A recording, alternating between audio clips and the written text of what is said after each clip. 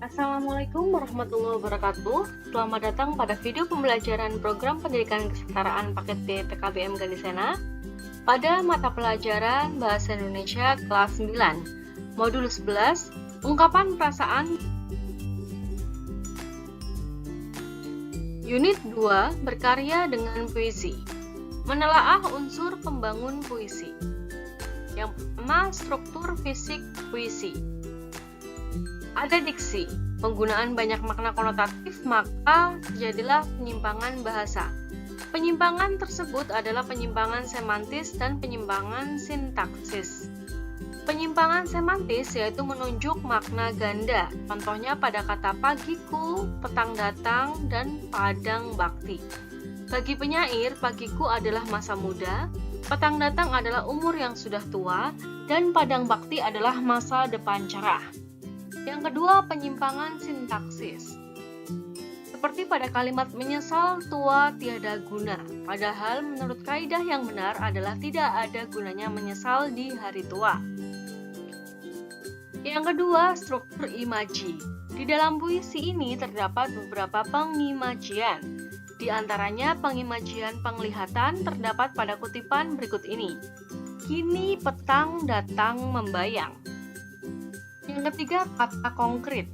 Pada puisi ini ditemukan kata-kata konkret yang dapat membangkitkan citraan seperti penglihatan dan perasaan.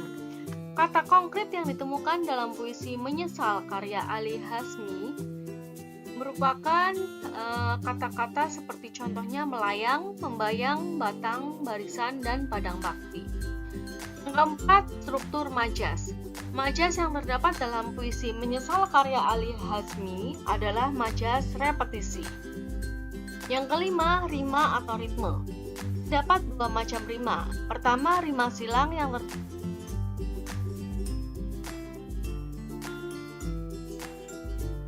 struktur batin puisi. Yang pertama, tema. Puisi yang berjudul Menyesal karangan Ali Hazmi ini memiliki tema penyesalan.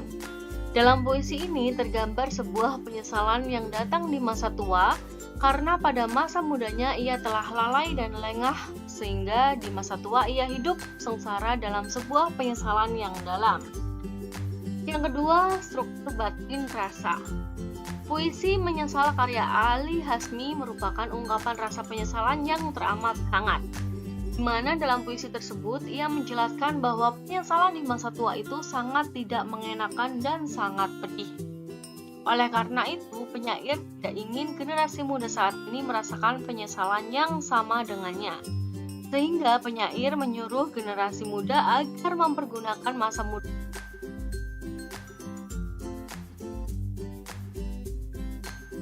Struktur batin yang ketiga, nada dan suasana.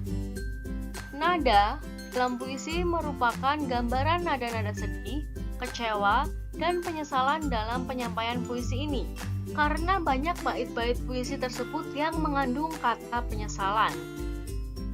Suasana yang dibangun Ali Hazmi dalam puisi Menyesal ini adalah suasana yang penuh kesedihan, penderitaan, dan penyesalan.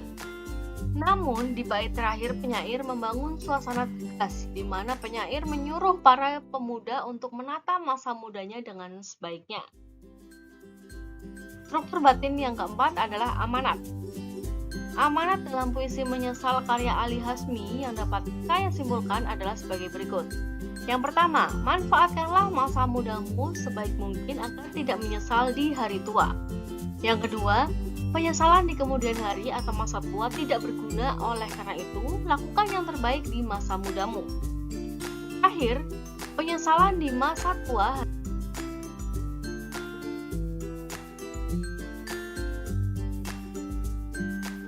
langkah-langkah membuat puisi. Menelaah unsur pembangun puisi. Yang pertama, tentukan tema dan judul.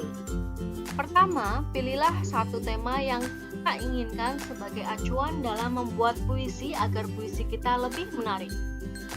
Setelah menentukan tema, langkah selanjutnya adalah menentukan judul yang berpacu pada tema. Misalnya saja kita menentukan temanya yaitu keindahan alam. Yang kedua, menentukan kata kunci. Jika kamu telah menentukan tema, misalnya tadi keindahan alam, Maka selanjutnya adalah menemukan kata kunci yang berkaitan dengan keindahan alam tersebut. Misalnya keindahan pantai, khususnya pantai Senggigi. Apabila sudah dirasa cukup untuk memulai membuat puisi, maka Anda tinggal mengembangkannya dalam sebuah kalimat atau larik puisi. Misalnya saja satu kata kunci digunakan untuk satu larik, atau bisa saja satu kata kunci.